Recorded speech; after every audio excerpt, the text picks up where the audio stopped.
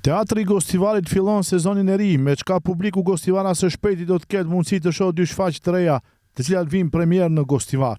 Përgatitjet tashmë kanë filluar, ndërsa bëhet fjalë për shfaqjen Cilindri në gjuhën shqipe dhe Maniaku në gjuhën maqedonase. Për këtë të dytën, provat e para kanë filluar gjatë ditës së sotme.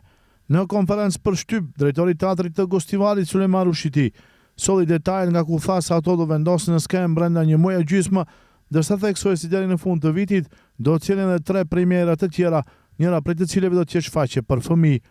Për momentin jemi në proces me 2 shfaqje, njëra që ka filluar më herët në gjuhën shqipe, që është Cilindri nga Eduardo De Filippo dhe në regji të Afrodita Nuhi, dhe tjetra që fillon sot me provën e parë, është shfaqja në gjuhën maqedone, Maniak nga Ratko Bjelčić, një autor kroat, me regji të Leonora Teova. Do më thonë, këto janë 2 shfaqjet që priten së shpejti, do më thonë një muaj e diçka, një muaj e gjys, që të shohin skenën, premierën, dhe pastaj gjatë vitit besojmë se do të rumbullaksojmë edhe 3 projekte të tjera, pra edhe 2 shfaqje për të rritur në gjuhën shqipe dhe një shfaqje për fëmijë, do më thonë, jam në negociata që të gjejmë hapësira dhe mundësi që ta bëjmë për herë të parë këtë vit edhe një shfaqje për fëmijë. Drejtori Rushiti tha se edhe si vjet do të sjellin shfaqje me të cilat do të tentojnë të joshin dhe sjellin në teatr nxënësit e shkollave fillore dhe të mesme, të paktën 2 herë brenda vitit.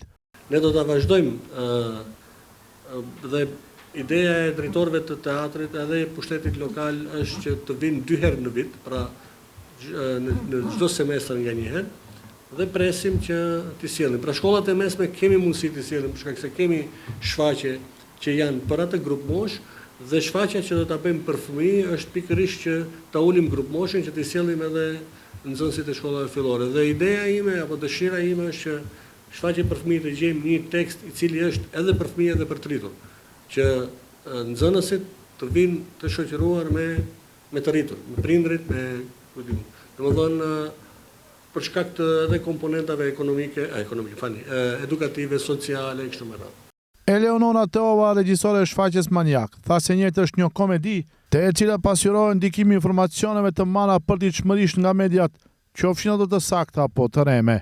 Денес започнахме со првата проба за представата што ќе работиме.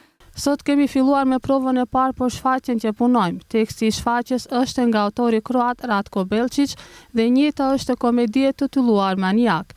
Ideja është që të paraqiten ndikimet të gjitha mediave dhe informacioneve që i marrim çdo ditë, nga të cilat një pjesë janë të sakta, një pjesë jo, dhe si ajo ndikon të çdo individ, pastaj si ballafaqohen njerëzit përditshmërisht me informacionet që marrin.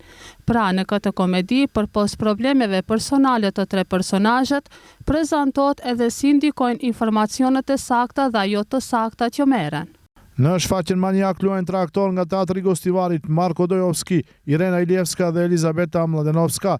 Skenografia e shfaqjes i është besuar Katerina Çuknevas.